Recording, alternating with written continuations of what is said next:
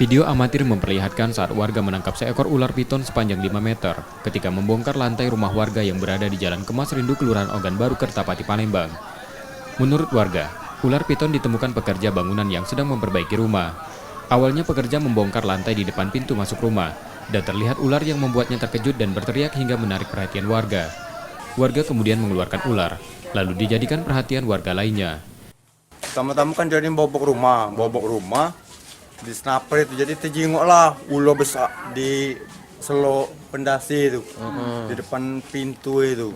Terus Jadi rame-rame lah wong jengoknya. terus warga ramai-ramai nangkep gitu Pak. Dia nangkep, dia tuh di ini apa nih, ditingkep wong rame-rame.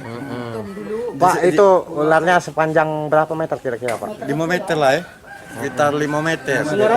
Pulau Sawo. Pak itu diduga datang dari mana tuh? Mungkin apa dari rawa-rawa itu datang dia itu. Oh di belakang ini rawa-rawa. Gitu. Rawa-rawa belakang. Memang Sawo posisi kan. ular itu di bawah lantai, Pak? Dia di bawah lantai. Warga menduga ular datang dari rawa di belakang perumahan akibat kehabisan makanan.